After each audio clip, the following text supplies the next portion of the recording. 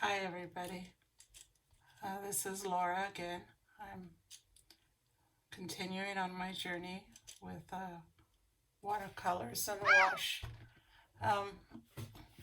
Yesterday I filled up these pans, and as you can see they've already dried out considerably. I can actually touch them pretty hard. It's pretty amazing how fast. This looks crumbly to me. We'll see how it does.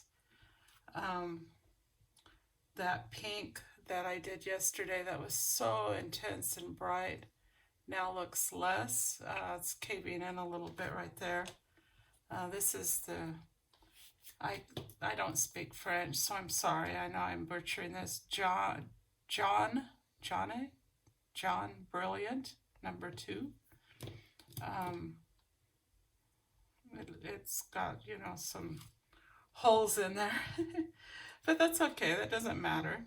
And this blue, which is the small blue that I like so much, has shrunk on one side quite a bit. This is the aqua. It's got a crack in it right there. The lilac, which is the same as that watercolor one that it's the same brand. They're both lilac. You know, it's separated there a little bit. This is a Windsor and Newton one that's really pretty nice. It's the Brilliant Violet. That's this one. And this one is the Bengal Rose, which is just, wow, beautiful. This is the Windsor and Newton white. And I've now got all my tubes with the number of the colors on them. This is my like 20-year-old set that I'm going to use. They come out of the tube just like as if they were brand new still. I didn't use this new tube that I have. White is one of the colors that you probably will end up using the most, just because you can mix this with your watercolors and you, poof, have wash. So, you know, you really don't need to buy tubes of wash, and I've been thinking it over quite a bit. This is the test that I talked about last time. This is with white. This is with white. Of course, it does produce a lighter color, but it also depends on what watercolor you use with it. And it's so opaque that you can't even see where I made my little lines like I did there and there. This one, it has a little bit of transparency to it. Some washes do have some transparency. So, you know, it's up to you. I'm going to go ahead tonight. It's late right now. It's 11 o'clock at night. I do this at the end of the day when I have a moment to myself. I'm going to fill up the pans from these. I already did the permanent white, which is what this is too. It's the same permanent white. I used this one and I didn't use this one, so I'm going to save that for later. I need to put the number on the white one, which is 512, and I need to make sure that I know that it's a Windsor and Newton. So I'm going to put Windsor, Newton, Gouache, and this is 512. I hope it fits.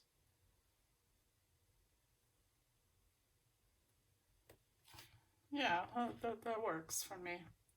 So that one's done. And I will continue on with these. This is 625. This is the Spectrum Violet. Windsor, Newton, Gouache, 625. There we go. I'll probably pause the video here and not have you watch me label each one. There's no fun doing that. Oh, this has got separation issues. very liquidy, and then it's coming out very hard, so it's separated. I imagine it would after 20 years, wouldn't you? Okay. I need to grab a spatula. I'll be right back. Well, I'm back. So now I have my little spatula guy. I'm going to help this. Wow, this is really separated. It's not good. Probably because it's 20 years old. The white did just fine. There was no separation whatsoever. So it should be interesting to see how this, you know, dries like the rest of them. Real pretty color though.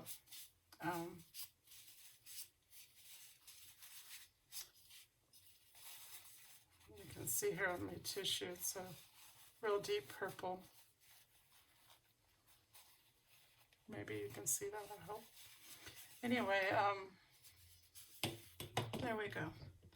So the next one is the 621. Now, if I had a muller, which is a glass thing that you can, it's a glass hand tool that you hold onto and you can grind with it. I could have put this on a piece of glass and got it real mixed well again together. That's how watercolor and paint is made. That would have been an option. I don't have one.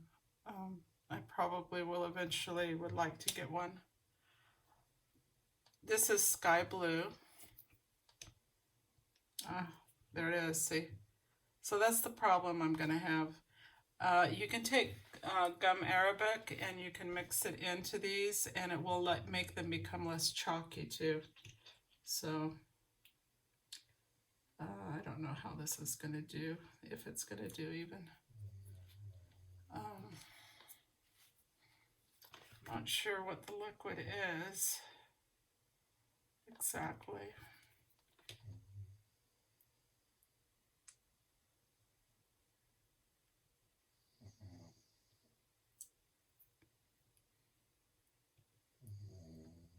Coco, what are you doing, little Coco pug dog? Making funny little noises. That's what pugs do. Make funny little noises. So we'll see how it does.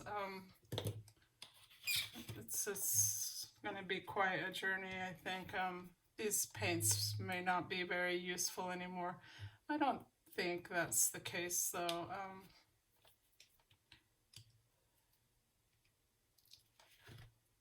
Even though a watercolor paint is dry, in the tube, it's still good paint. There's nothing wrong with it. It's just dried out, the same as it is in your pans. I have been known to break them open, get it out. I put it in the pan, I break it up, make sure it goes in there good, add some water to the mix. And like this one, this is dried up. So it doesn't mean that it's no good anymore. This is ultramarine. And I will be using my little spatula guy to get it in there. Better than it is anyway. And this is real thick. But, you know, it's still, it's, you know, the pigment. And, you know, you can buy gum arabic in bottle too, you know, and use it to put together your paint, your own paint with the pigments. So I wonder how this will do if I sort of try to incorporate it together a little bit better.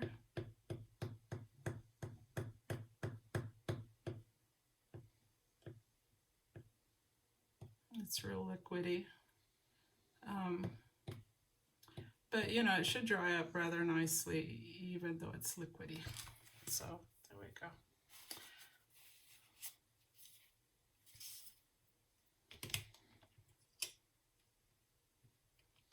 if I can get this back into the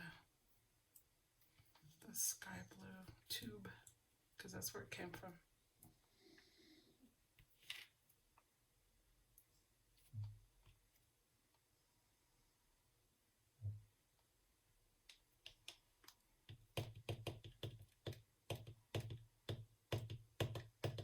Oh, there it went.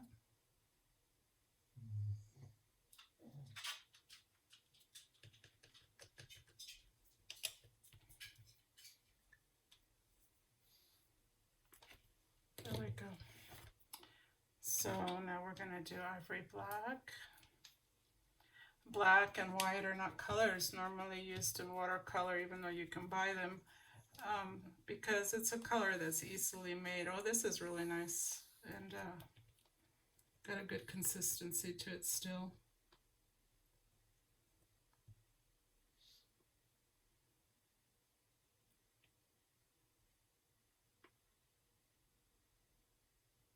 There we go. And I press on the sides, and I've told you this before in other videos. It helps make the paint go back inside the tube a little bit. Yeah, this is a nice consistency, this black. There's nothing wrong with it. So we'll see how the other ones do. It's all about experimentation anyway, and you know, it's something I enjoy. And this probably will shrink down, I imagine. It's a little bit messy. Usually I'm a lot better at this, so it's sort of funny, you know, that I'm not doing the best job. This is the alizarin crimson. This is number 4, so it's going.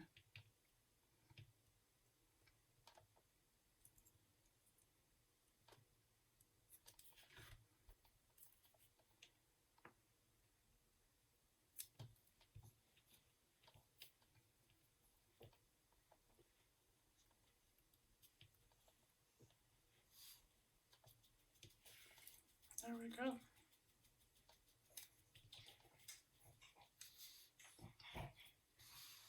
Yeah, these are, you can tell they're a little bit on the old side. No comparison to those ones I did yesterday. But that's okay.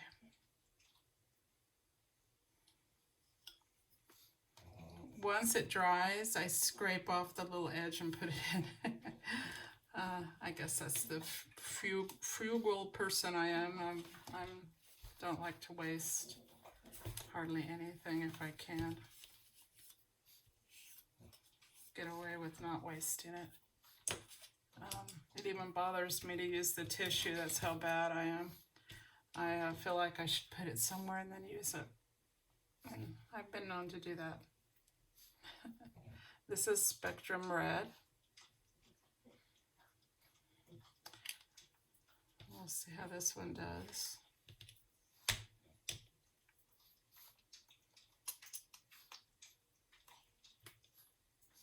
A lot of air bubbles in this one. Well, that's okay though. There we go. It's nice and creamy, this one is, real nice. So as you can see, I have a rather nice selection of colors here.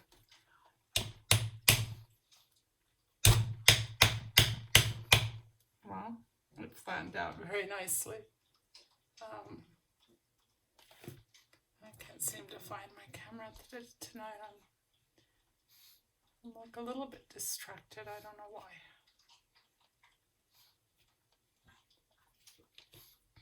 But it flattened out very nicely. That was really nice. So now I'm going to do Spectrum Yellow.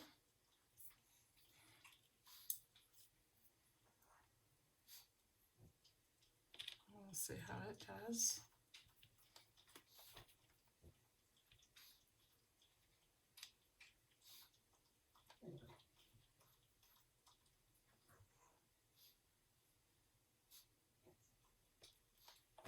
There we go. My little pug thinks she's a cat. She's cleaning herself like a cat does. It's pretty funny. And her little noises. That's what I like about her is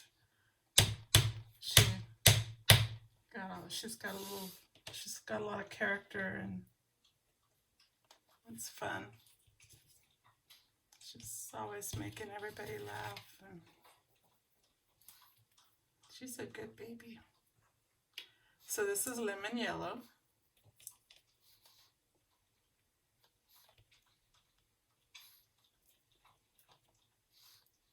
Oh, it squirted into my face. Oh my God. It's the first time that's ever happened. It's all over my nose and my top lip. I will be back. Okay. The things that happen sometimes, you know. Pretty crazy. Okay. And you can see there's quite a bit of a difference between the two yellows. One seems cooler, the other one seems warmer. What are you growling at? And this is the last one. Shh. What do you want?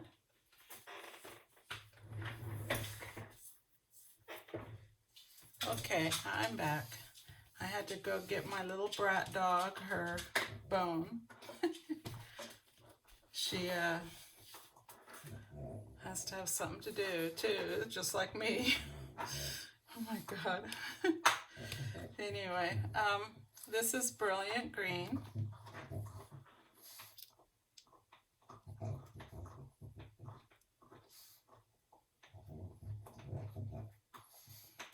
There we go. Came out real nice. So,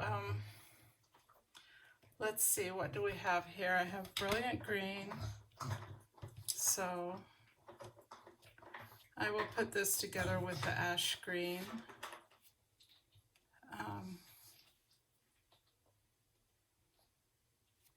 This is black and white there. Let's see. I mistakenly say that black and white is easy to make. Black is, it is the white that we cannot make. So far. White is the color of the paper when we use watercolors. It's different with gouache because it's opaque. Here is this is a violet. This goes with the pink. Lizard and crimson and brilliant. I think it's brilliant. Spectrum red. So spectrum red. Here they are. Ultramarine blue together with sky blue. So we have 4 blues, 2 reds, 2 greens. The greens are a little bit on the weak side because they're both very unusual ones, so we need like a regular green, because we have these two. We have the ash green and the brilliant green, which is these two right here. And so we have the 2 yellows, spectrum yellow, lemon yellow, the spectrum violet. There's the sky blue one that we were talking about earlier, and the white and the ivory black. So that's the whole set. And let's see, 2, 4, 6, 8, 10, 12, 14, 15, 16, 17, 18. So I have 18 colors in gouache. That should be, you know, really enough. But you know, I'm a color collector. If you want to really talk badly, you can say I'm a watercolor hoe. I really like my watercolors, and every time I go on to Blick, I'm always wanting to get another 10 different colors, 12 colors, and at $15 a pop times 12, you know, it's really easy to spend $150, $200 there. And that's hard to do. This is the reason why I'm using my Especially when you do 20-year-old this for gouache fun. set. You know, I'm on a limited income, so you know, it's not easy, but we'll see what I can do with these 18 colors. And it'll be really interesting to see how this sky blue does, because it's so watery that it's just so watery. Also the violet. And the liquid there is gum All arabic. other colors are just fine. They do really well, I think. So, and I wanted to let everybody know too, Coco, come on, go somewhere else. I'm no expert at this video thing. I just, you know, set this up on my little desk, and I hope that, you know, I hope to get better. I'm using easy software to edit with. Those of you that know will probably be able to tell what I'm using. I plan on learning more and moving up the chain of, you know, knowing how to do with some better software eventually. I don't know what, maybe Adobe Premiere, I don't know, but we'll see. But right now what I'm using is free. It's simple. And I think it's good enough for my needs. So we'll see how it goes. And so that's my gouache. And I placed an order for a dark blue tin, and I had bought it on eBay and asked special for it, because usually the dark blue comes only with Mead paints, and I really don't want Mead paints because they're just a cheap you know, I'm sorry that I sound dismissive of it, but they're not high quality. There's just not a lot of pigment in their colors. I like their tins a lot though. So I asked if they could send me the dark blue tin without the paints in it, and they said, yep, we'll do that. And yes, they did charge me a little bit more than what these are. These are about $15 each. That one I think I paid $19 for. And it had been 2 months and they had not moved at all. And today they finally moved, and woohoo, they're on their way here, really good like. And they're already in my country, and they just have to go through customs. It should be here fairly fast. And I think that's going to be my gouache tin.